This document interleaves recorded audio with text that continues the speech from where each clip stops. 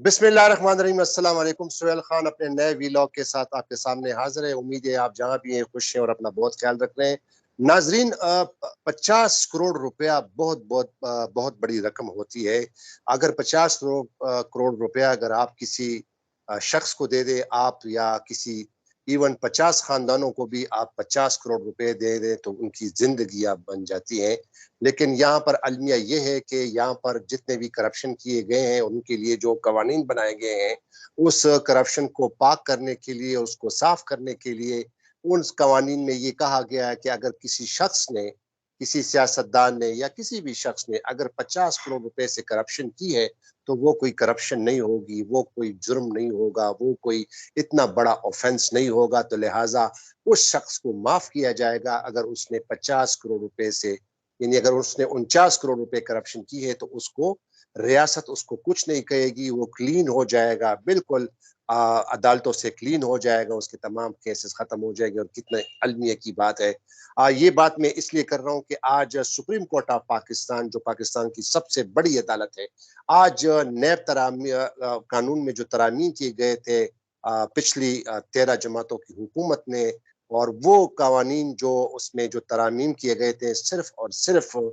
इसलिए कहे गए थे कि तमाम जितने भी पाकिस्तान मुस्लिम लीग नून के जो रहनुमा है शहबाज शरीफ, उनके बेटे हमजा शहबाज शरीफ और कई रहनुमा पाकिस्तान पीपल्स पार्टी के रहनुमा जिन्होंने करप्शन की थी, उसको साफ करने के लिए एक नैब कवानीन में तरामीम की गई थी। हालांकि उस कानून से पाकिस्तान तहरीक इंसाफ के लोगों को भी फायदा पहुंचा, लेकिन साबिक वज़ीर आज़म इमरान खान ने सुप्रीम कोर्ट ऑफ पाकिस्तान में इसको चैलेंज किया गया था, उस नैब कानून में तरामीम को, और तकरीबन 1 साल से वो केस चल रहा है। 2022 में ये केस फाइल हुआ था। आज उसकी समाअत हुई और आज समाअत के दौरान 3 रुकनी बेंच के सामने, जिसको हेड कर रहे थे चीफ जस्टिस उमर बंदयाल, साथ ही 2 जजेस जस्टिस सईद मंसूर अली शाह और जस्टिस एजाजुल एहसन ने इस केस पर समाअत की। और लेकिन आज एक डेवलपमेंट ये हुई है कि जो इसके जो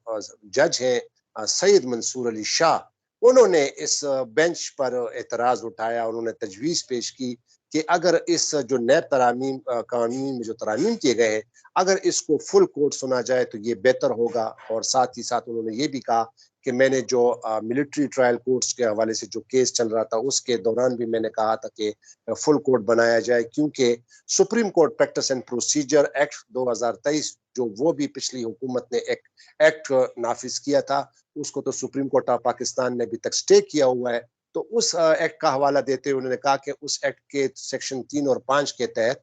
कोई भी अगर मुफाद आमा का केस सुप्रीम कोर्ट सुनती है आर्टिकल 184(3) के तहत, तो वो कम से कम 5 रुकनी लार्जर बेंच सुने। तो आज मंसूर अली शाह साहब ने ये फिर कहा कि मेरी दोबारा तजवीज़ है कि इसके लिए फुल कोर्ट तश्कील दिया जाए। और उसके बाद चीफ जस्टिस साहब ने फिर उसका क्या रद्द-ए-अमल किया, ज़ाहिर किया, और चीफ जस्टिस साहब बाकायदा तौर पर जज्बाती भी हो गए और उन्होंने ये ठान ली कि हमने ये केस तकरीबन 5-6 महीनों से सुना है और हम अब चाहते हैं कि इस केस को जल्द से जल्द निपटाया जाए, क्योंकि चीफ जस्टिस का कहना था कि वो अगले माह रिटायर हो जाएंगे और वो नहीं चाहते, उनको ये बड़ी शर्मिंदगी होगी अगर वो इस केस को डिसाइड ना करें, इसका फैसला ना करें। तो आज जो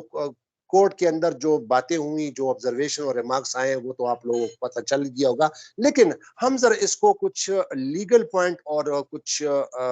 इंसानी हकूक के हवाले से हम इसको डिस्कस करते हैं। और आज मेरे साथ बहुत ही मेरे बड़े अच्छे दोस्त हैं, सीनियर जर्नलिस्ट हैं, फखरुर रहमान। हम इस पर उनके साथ बात करेंगे कि अब होने क्या जा रहा है, आखिर क्या होगा। निगरान हुकूमत भी आ गई। तो फखरुर रहमान साहब, thank you very much for joining me after a long time. जी शुक्रिया सोहेल खान। फखरुर रहमान साहब, आज जिस तरह ये मैंने कह दिया, तो अब आपको अंदाजा हो गया होगा कि जनाब ये जो करवटें हैं ये किस सिम जो है वो चल रही हैं, और सुप्रीम कोर्ट ऑफ पाकिस्तान किस सिमत जा रहा है। और आज जो चीफ जस्टिस साहब पाकिस्तान ने कहा कि हम इस केस को कंक्लूड करना चाहते हैं, और अब 26 अगस्त तक इसकी केस की समाअत जो है मुलतवी की गई है। और दोनों फरीकेन को, यानी हुकूमत का जो पिछली हुकूमत के जो वकील थे मखदूम अली खान साहब और इमरान खान के जो वकील हैं ख्वाजा आरस, उनको कहा कि आप अपने हतमी दलाइल जो है वो तैयार रखें और अगले हफ्ते से यानी 26 अगस्त से फिर इस पे दोबारा समाअत होगी। लेकिन ये जो कहा जा रहा है, आप क्या समझते हैं कि ये कवानीन जो इसमें तरामीम की गई हैं, आप क्या समझते हैं? As a Supreme Court reporter, Supreme Court को बड़ा कवर किया है आपने, क्या समझते हैं किस सम जो है ये हालात जाएंगे? देखें, सुप्रीम कोर्ट में एक दफ़ा पहले भी 2007 में जब एनआरओ 1 हुआ था, 8,000 लोग जो थे उनको रियासत की तरफ से माफ़ी दे दी गई थी और फिर उसका जो इस्तेमाल किया गया कि जो कत्ल में मुलव्वस था, जिसने करप्शन की हुई थी, जिसने लूट-मार की हुई थी, वो सब के सब जो थे उसके बेनिफिशियरी निकले थे और ख़ास तौर पर सियासी जमातें जो थी, चाहे वो मुस्लिम लीग नून से ताल्लुक़ रखती थी, पीपल्स पार्टी से ताल्लुक़ रखती थी, एमक्यूएम से ताल्लुक़ रखती थी या और भी लोग थे। तो सुप्रीम कोर्ट ने उसको पर्सन स्पेसिफिक करार देकर उस वक़्त उस कानून को खिलाफ़े आइन और नल एंड वाइड डिक्लेयर कर दिया था। इसी तरह से जब ये नैब की तरमीम आई तो इसमें भी हमने पहले भी प्रोग्राम किया था और कहा था कि ये पर्सन स्पेसिफिक का कानून साज़ी जो है, वो नहीं हो सकती और ना ही वो कानून आइन और कानून के तहत सस्टेनेबल है। तो ये बात तो हमने उस वक़्त भी कायम कर ली थी कि सुप्रीम कोर्ट में ये जो तरमीम आई हैं, तो मेबी कुछ इसमें से ऐसी हों जिसको सुप्रीम कोर्ट जो है ना स्पेयर कर दे, लेकिन ज़्यादातर तरमीम जो है उनको सुप्रीम कोर्ट पर्सन स्पेसिफिक कहकर डिक्लेयर करके नल एंड वाइड डिक्लेयर करेगी और जिन लोगों ने अपने नैब तरमीम के तहत मुकदमात ख़त्म करवाए हैं, वो उनके खिलाफ उसी तरह से बहाल हो जाएँगे। अब ज़ाहिर है पाकिस्तान में 16 महीने से एक करप्टोला जो था वो हुकूमत में आ गया और ख़ास तौर पर ये बात काबिल ज़िक्र है कि शहबाज शरीफ जो इम्पोर्टेड वज़ीर-ए-आज़म थे, साबिक वज़ीर-ए-आज़म थे, उनके खिलाफ 16 अरब रुपए की मनी लॉन्ड्रिंग का केस था। जिस दिन फर्द जुर्म आयद होनी थी, उस दिन वो वज़ीर-ए-आज़म बन गए। ये भी Guinness book of world record में आना चाहिए मेरे ख़्याल में। 60% काबीना जो थी, वो करप्ट थी, उसके खिलाफ मुकदमात थे, उसने हलफ उठाया। एनी हाउ आज जो हियरिंग हुई है, इसका बैकग्राउंड ये है कि 16 मई को अदालत ने ये कहा था सब फ्रीकैन को कि अपने-अपने दलाइल तहरीरी तौर पर लिख के दे दें और उसके बाद सुप्रीम कोर्ट इसका फैसला करेगी। अमूमी तौर पर फैसला जो था आज एक्सपेक्ट किया जा रहा था, लेकिन जिस तरह से मखदूम अली खान क्योंकि उनके पास ना पहले दलाइल थे, ना अब उनके पास कोई दलाइल हैं और खामख़ाई वो उन्होंने अदालत का जो टाइम था वो वेस्ट किया। वो इंग्लिश में कहते हैं कि when a lawyer doesn't have argument he filibusters. इसी तरह से वो फिलिबस्टरिंग करते आ रहे हैं ताकि अदालत का टाइम वेस्ट करें और अगले 6-7 दिनों का जो टाइम उनको मिला है उसमें भी उन्होंने कुछ नहीं करना। जहाँ तक जस्टिस मंसूर अली शाह साहब की बात है, उनसे कोई पूछे कि 47 हियरिंग्स जो थी वो इस मुकदमे की हुई और आप पहले दिन जो है ना रिक्यूज़ कर जाते। आपको अगर फुल कोर्ट का इतना ही शौक था तो आप उस वक़्त कहते जी फुल कोर्ट बनाएँ, मैं नहीं बैठता हूँ। आप नहीं बैठे। अब जब केस कंक्लूड होने की तरफ आ गया तो आपने जो है ना वो कर दिया। बात सिंपल सी ये है कि पाकिस्तान में इस वक़्त जो जिस तरह से मॉकरी ऑफ जस्टिस हो रहा है, जिस तरह से mockery of rule of law हो रहा है, उसमें हमें मिक्स सिग्नल्स आ रहे हैं। हम एक तरफ ऐसे जजेस देख रहे हैं, जैसे पेशावर हाई कोर्ट के जज हैं, वो एक फैसला देते हैं किसी शख्स की रिहाई का, उस पे अमल दरामद नहीं होता। वो कहते हैं फैसले पर अमल दरामद होगा, नहीं तो मैं इस्तीफ़ा देके घर जा रहा हूँ। 20 मिनट के अंदर फैसले पर अमल दरामद होता है। इस्लामाबाद हाई कोर्ट के जज जस्टिस बाबर जो हैं, वो एक फैसला देते हैं और उसके ऊपर अमल दरामद को यकीनी बनाते हैं। दूसरी तरफ एक इस्लामाबाद हाई कोर्ट के चीफ जस्टिस हैं, वो खामखाई में बीमार हो जाते हैं। चलें किसी जज का बीमार होना तो एक कुदरती अमल है, जज बीमार हो सकता है, लेकिन इंसाफ बीमार नहीं होना चाहिए। जो एडजुडिकेशन ऑफ जस्टिस है, जो इंसाफ की फरहमी है, उसको बीमार नहीं होना चाहिए, वो इल्तवा का शिकार नहीं होना चाहिए। और यहाँ पर हम देख रहे हैं, जिस तरह आपने बताया कि 50 करोड़ से कम की अगर करप्शन होगी तो वो करप्शन ही नहीं है। पाकिस्तान जैसा मुल्क जिसमें ये 16 महीने की करप्ट हुकूमत जो थी 18 खरब रुपए का जो है वो कर्जा लेकर बर्डन चढ़ाकर चली गई है और सबसे बदतरीन फाइनेंशियल इनडिसिप्लिन जो था वो देखने में आया है। कौम को आईएमएफ के कर्जों में दबा दिया है, कौम को महंगाई और पेट्रोल की कीमतों के अंदर दबा दिया है और हालत ये है कि यहाँ सुप्रीम कोर्ट जो है वो अपने फैसलों के ऊपर ना तो अमल दरामद करवा सक रही है, ना ही अपने फैसले वो ले सक रही है। पता नहीं किस इखलाकी ज़रूरत की उनको ज़रूरत है, या तो विटामिन डी की गोलियाँ खाना शुरू कर दें और कम से कम कहीं से आपको ज़रूरत तो आए। पॉइंट यही बताना चाह रहा था कि 50 करोड़ रुपए से कम की करप्शन जो है वो कोई करप्शन नहीं है और सुप्रीम कोर्ट जो है वो अपने फैसलों के हवाले से जो है वो फैसले कर लेती है, आइन और कानून की बालादस्ती की बात करती है, लेकिन अपने फैसलों पर अमल दरामद नहीं करा सकती। वही आप अच्छा, मैं एक आपको आम देखिए पहले भी हमने ये बात की थी कि जस्टिस मंसूर अली शाह जो हैं, अगर 47 हेयरिंग के बाद उनको फुल कोर्ट याद आती है, तो बेहतर तो ये यही था कि जो है ना वो शुरू में अपने आप को बैंक से अलग कर लेते। अब जब केस कंक्लूड होने को आ गया है और मौजूदा चीफ जस्टिस जो हैं उनके 16 सितंबर को उनकी रिटायरमेंट भी ड्यू है और इस केस का फैसला जो है वो सबको नज़र आ रहा है कि सुप्रीम कोर्ट जो है वो आइन से मुतसादिम करार देगी, ये जो तरमीम की गई थी इसमें से बेशतर को। तो इस मौके के ऊपर आकर आप इस तरह की बात करेंगे, तो फिर जस्टिस मंसूर अली शाह साहब जो हैं, उनके ऊपर जिस तरह से पहले भी ये बात कही गई थी कि किस तरह से बेंच की तश्कील और बेंच के मामलात के हवाले से वो कभी एक जज बेंच से अलग हो जाता था, कभी दूसरा बेंच हो जाता। अब ये एक जो मामला आया हुआ है वो रिव्यू के हवाले से कानून जो बना था, उसके ऊपर जब सुप्रीम कोर्ट ने स्टे दिया हुआ है, हियरिंग कंप्लीट हो चुकी है, अब तो हियरिंग का फैसला आना है। तो ये मेरे ख्याल में ये लेम एक्सक्यूज़ है उनकी तरफ से just to scuttle the process of justice और चीफ अच्छा जस्टिस फ़ख्र, साहब अच्छा नहीं नहीं, मैं आपको बता रहा हूँ कि वो जब उन्होंने ये कहा, तो बजाय इसके कि वो चीफ जस्टिस उसका बाकायदा जवाब दे, लेकिन चीफ जस्टिस ने जब उन्होंने मखदूम अली खान जो साबिक हुकूमत के जो वकील थे उनसे कहा कि जी आप, उन्होंने भी इसकी तायद की कि फुल कोर्ट बनाया जाए, तो उस पर चीफ जस्टिस साहब ने उसको कहा कि बड़े अफसोस की बात है कि मखदूम अली खान साहब, आपने इस केस को बड़ा अच्छा बनाया, आपने रिव्यू किया और अब आप भी जो है ये रोड़े अटका रहे हैं, आप इसको प्रोलॉन्ग कर रहे हैं। तो उसने कहा कि जी नहीं, मैं इस तरह मेरा कोई मकसद नहीं है और मेरा हरगिज़ मकसद नहीं है कि मैं इसको लटकाऊँ या इसको प्रोलॉन्ग करूँ इस केस को, और बल्कि उन्होंने ये कहा कि मेरी तो ख्वाहिश है कि जब भी इस बेंच के सामने पेश होता हूँ तो मैंने बड़े दलाइल दिए, मैंने आर्ग्यू, मुझे मज़ा आता है इसके सामने आर्ग्यू करने का। तो उस पर चीफ जस्टिस साहब ने कहा कि एक बात मखदूम अली खान साहब, एक बात ज़हन में रखें। अब मतलब वही है ना कि वो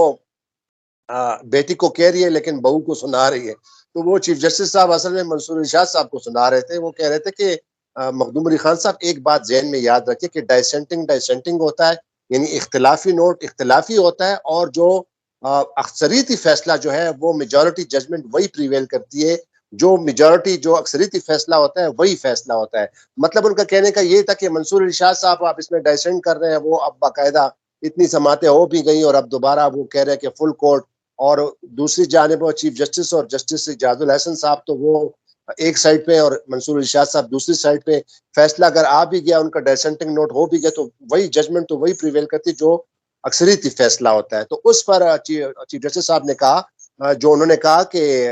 खुद अपना नाम नहीं लिया, उसने कहा कि इस बेंच का एक शख्स जो है ना अगले माह रिटायर हो रहा है, और मेरी पूरी कोशिश ये है कि मैं जो है अपने हिस्से में इस तरह का कोई चीज ना छोड़ के जाऊं। मैं रिटायर हो रहा हूं और मैं चाहता हूं कि मेरी मुझे शर्मिंदगी ना हो कि मैंने एक केस जो है वो अधूरा छोड़ दिया। तो लिहाजा वो कह रहे हैं कि हम इस केस को जल्दी मंतकी अंजाम तक पहुंचाना चाहते हैं, और साथ साथ चीफ जस्टिस साहब ने यह भी कह दिया कि जरूरी नहीं है कि हम सिर्फ फैक्ट्स पर ये सारा केस देख लें, हकायक पर देख लें। हो सकता है कि हम ये भी ऑब्जर्वेशन या हम ये भी राय दे सकते हैं कि इसके काबिल समात होने के हवाले से, इस पिटीशन के काबिल समात होने के हवाले से हम वो भी राय दे सकते हैं। लेकिन उन्होंने कहा कि मखदूम अली खान को कहा, तो उन्होंने कहा कि बड़ा अफसोस की बात है कि आप इसको जो है रटका, इसमें रोड़े अटका रहे हैं और इसको प्रोलॉन्ग कर रहे हैं। तो बहरहाल अब तो 26 अगस्त तक ये मामला चला गया है। दोनों फरीकों को कहा है कि आप अपने आर्गूमेंट्स तैयार रखें। तो फखर, मेरा ख्याल है कि 26 अगस्त को आज 18 अगस्त है, जुमे का दिन है, हफ्ता इतवार 19-20, और फिर पीर से 21 शुरू हो जाएगा, फिर भी एक हफ्ता है। लेकिन मेरा ये जहां तक मैं अंडरस्टैंड करता हूँ कि आपको याद होगा कि गुज़िश्ता रोज, फखर साहब आप मुझे सुन रहे हैं ना? जी, जी, मुझे आवाज आ रही आवाज़ है? आ रही है। मुझे ऐसा लगता है कि 26 को ये केस सुनेंगे, और इससे पहले जो सुप्रीम कोर्ट बार एसोसिएशन ने जो इलेक्शन कमीशन के और जो काउंसिल ऑफ कॉमन इंटरेस्ट के वो जो फैसले को जो चैलेंज किया है, वो डिलिमिटेशन के हवाले से, अनकबंदियों के हवाले से, और कल जो इलेक्शन कमीशन ने फिर ऐलान भी कर दिया कि जनाब हम फ्रेश हल्का-बंदियाँ कर रहे हैं, तो लिहाजा दिसंबर तक कोई चांस नहीं है इलेक्शन कराने का। तो उस पर अगले हफ्ते यानी 21, 22 या 23 तारीख को हो सकता है कि सुप्रीम कोर्ट वो केस टेकअप करे। तो जब 26 अगस्त को ये नैब वाला केस अर्जेंट किया है, तो इस दौरान मेरे ख्याल में वो सुन लेंगे। और अब जो चीफ जस्टिस साहब का जो आज जो उसका जो बॉडी लैंग्वेज थी वो ये था कि जनाब उन्होंने आइन और कानून की पासदारी करनी है और बाकायदा अपने रिटायरमेंट से पहले पहले तमाम केसों को खत्म करना है और कम से कम इस आइन की पासदारी और रूल ऑफ लॉ को जो है उन्होंने जो है अपहेल्ड करना है। जी ये जो 16 महीने गुजरे हैं और इसके अंदर जो हमने उतार चढ़ाव देखा है सुप्रीम कोर्ट के अंदर आइन और कानून की बारादरी के हवाले से, नजर ये आ रहा है कि जैसे कुछ जजेस ऐसे हैं जो कहते हैं आइन और कानून जो है ना वो जूते की नोक पर है और उसकी कोई वक़्त नहीं है, उसकी कोई हैसियत नहीं है। और कुछ जजेस जो है ना वो आइन और कानून की बात करते हैं। देखिए, जब आप कॉन्स्टिट्यूशनल केस की हियरिंग कर रहे होते हैं तो then you can't cross the limits laid down in the constitution. यहाँ पे ये बात किसी को समझ में नहीं आ रही है कि कॉन्स्टिट्यूशनल आर्टिकल जो है, कॉन्स्टिट्यूशनल लॉ जो है, वो सुपरलेटिव लेजिस्लेशन है। अगर कोई एक्ट बना है तो वो सबऑर्डिनेटिव लेजिस्लेशन है। यहाँ पर ये बताने की कोशिश की जा रही है कि इलेक्शन एक्ट जो है वो सुपरलेटिव है और आइन का आर्टिकल जो है ना वो उसका सबऑर्डिनेट है। नहीं, आप देखें कि जस्टिस मुनीब ने जो जजमेंट दी है इलेक्शन के हवाले से और इलेक्शन 90 दिन के अंदर करवाने के हवाले से, उन्होंने article 224, article 220, article 283 sub clause 3 और इसी तरह से जो आर्टिकल 254 जो है उसकी तशरीह कर दी है। साथ में उन्होंने जो इलेक्शन एक्ट है उसके अंदर सेक्शन 57, 58, 59 के दरमियान जो हार्मोनाइजेशन है उसको भी उन्होंने एक्सप्लेन कर दिया है कि वो किस तरह से इंटरलिंक है। सवाल यही पैदा हो रहा है कि इलेक्शंस जिस तरह से आप कह रहे हैं, मेरे ख्याल में कल जो दरखास्तें आई हैं वो सुप्रीम कोर्ट बार की या पीटीआई की भी आ जाती है, तो कल हो सकता है चीफ जस्टिस साहब जो हैं वो अगले हफ्ते के लिए बेंच तश्कील दे दें। लेकिन मैं आपसे पाकिस्तान तहरीक इंसाफ भी इसको कर रही है और पीपल्स पार्टी ने भी इसकी मुखालफत की है। पीपल्स पार्टी ने भी इसकी कहा है कि 90 दिन तो आप समझे कि वो एक कॉस्मेटिक उनका वो है। पीपल्स पार्टी की मुखालफत कुछ भी नहीं है। वो आसिफ अली जरदारी और बिलावल चेयरमैन जो है वो सब अंडरस्टैंडिंग के साथ ये किया है। यहाँ पे जिन लीडरों को उन्होंने छोड़ा हुआ है, अगर वो इतने सिंसियर हैं, इतने 90 दिन के अंदर इलेक्शन चाहते हैं तो आए वो आईनी पिटीशन दायर करके फरीक बन जाए, फिर देखेंगे उनकी सिंसियरिटी किधर है। या आप इस तरफ में जाए। हाँ, पीटीआई जो कि मुल्क की सबसे बड़ी सियासी जमात है, स्टेक होल्डर भी है, उसका पटिशनर होना बहुत अहमियत की बात है। सुप्रीम कोर्ट बार एसोसिएशन की अपनी एक कॉन्स्टिट्यूशन और लॉ में एक अपनी एक फोरम है वो। लेकिन जैसे मैं आपको ये कह रहा हूँ कि ये जो सुप्रीम कोर्ट से कुछ फैसले आने हैं, ये फैसले अवाम को इस बात पे यकीन नहीं आ रहा है कि सुप्रीम कोर्ट जो है ना वो रूल ऑफ लॉ को, कॉन्स्टिट्यूशन को अपहोल्ड कर सके। लोगों को ऐसा लग रहा है कि जैसे 16 सितंबर को काजी फायद ईसा जब चीफ जस्टिस का हलफ उठाकर अपना मनसब संभालेंगे, उसके बाद इस मुल्क में रही सही सुप्रीम कोर्ट भी खत्म हो जाएगी और फिर इस मुल्क के अंदर जो है ना कोई कानून और कोई अदालती निज़ाम नहीं चलेगा। जिस तरह मैंने आपको ये कहा कि जजिस का बीमार होना बिल्कुल एक फितरी बात है कि वो हो सकते हैं, लेकिन इंसाफ बीमार नहीं हो सकता। डिस्पेंसेशन ऑफ जस्टिस जो है उसको आपने इंश्योर करना है और अगर ये नहीं होगा तो मैं आपको ये बता रहा हूँ कि पाकिस्तान के अंदर जो इस वक्त सोशल स्टेबिलिटी है ये डिस्टर्ब हो जाएगी। और ये जब माशरे के अंदर ये चीज़ें डिस्टर्ब हो, माशरे के अंदर कौन सा सतून है जो माशरे के अंदर इस्तेकाम पैदा करता है? वो है जुडिशरी का। अगर जुडिशियल सिस्टम कोलैप्स करता है तो फिर माशरे के अंदर इंतशार आ जाता है। और अच्छा फखर सॉरी टू कट यू, हमारा दौरानिया बहुत ज्यादा हो गया है, लेकिन आपने जो बात की, आप जो काजी फायज ईसा है, जस्टिस काजी फायज ईसा, जो कि अगले महीने वो फिर चीफ जस्टिस ऑफ पाकिस्तान बन जाएंगे, बहुत सारे हमारे एंकर हजरात, बहुत सारे लोग, खासकर नून लीग वालों ने तो उन पर ठापा लगा दिया कि जनाब जब तक बंदियाल है तो ये कुछ नहीं हो सकता, और जब काजी फायज ईसा आ जाएंगे, जरूरी नहीं है, हो सकता है काजी फायज ईसा जब चीफ जस्टिस बन जाएंगे तो हो सकता है कि उनकी ऐसी की तैसी ईंट बचा देंगे। ये तो कोई श्योरिटी नहीं है ना, ये तो वो खुद एज्यूम कर रहे हैं। हाँ, ये अलग बात है कि काजी फायज ईसा साहब ये कह सकता है कि वो जनाब मुझे मुकदमात ना दें, मैं 3 महीने तक काम नहीं करूँगा। आप कौमी खजाना से तनख्वाह भी ले रहे हैं और आप कहते हैं कि मुझे मुकदमात ना दें। ये तो पाकिस्तान में हाँ, ये भी अपनी ये नौइयत से बात एक अलग। ये ये बात आपकी बड़ी वैलिड है कि जस्टिस काजी फैज ईसा साहब जो अक्सर तकरीरों में बड़े कुरान की आयतें भी पढ़ते हैं, बड़े मजहबी भी हैं और बड़े रूल ऑफ लॉ और प्रिंसिपल्स की बात करते हैं, लेकिन वो 3-4 महीने से जनाब वो चैम्बर वर्क कर रहे हैं और हालांकि जरूर उनके बेंच के सामने या उनके सामने जो कई केसेस लगाए होंगे, लेकिन वो लिटिगेंट्स जो है ना वो अभी तक कोई केस उन्होंने नहीं कर, वो चैम्बर वर्क कर रहे हैं और एज पर जो उनकी जो रिक्वायरमेंट है और उसकी जो एंटाइटलमेंट सैलरी भी वो ले रहे होंगे और अपना पर्सन भी ले रहे होंगे, कोई चीज भी वो उनसे इनकार नहीं कर रहे होंगे। बहरहाल ये एक अलग बहस है, लेकिन मैं ये सिर्फ ये कहना चाहता हूँ कि जरूरी नहीं है कि काजी फैज ईसा जो ये लोग कह रहे हैं ना मुस्लिम लीग नून वाले, और मैं आपको कह रहा हूँ दोबारा कह रहा हूँ कि हमारे अक्सर एंकर हजरात प्रोग्रामों में कहते हैं कि हाँ आप ये वो जब तक जस्टिस बंदाल है तो ये नहीं होगा, काजी फाइजा आ जाएंगे, तो इसका मतलब है कि काजी फाइजा जब आ जाएंगे तो क्या वो रूल ऑफ लॉ को उसको अपहेल्ड नहीं करेंगे, क्या वो आइन की पासदारी नहीं करेंगे, क्या वो इनके वो हो जाएंगे। हाँ ये अलग बात है, ये भी एक अलमिया है कि जब इस तरह के लोग बातें करते हैं, मुस्लिम लीग वाले बातें करते हैं, तो जस्टिस काजी फैज ईसा की जानिब से कोई इस तरह का बयान नहीं आया कि भाई आप क्यों मुझे कंट्रोवर्शियल कर रहे हो, मेरे बारे में इस तरह एजम्पशन दे रहे हो। ये उनको करना चाहिए था वैसे। जी, ये हमारा टाइम। जी जी जी जी। तो मैं आखिरी लफ्ज यही कह रहा हूँ कि action speaks louder than words. Qazi Faiza साहब अगर आइन और कानून के मुताबिक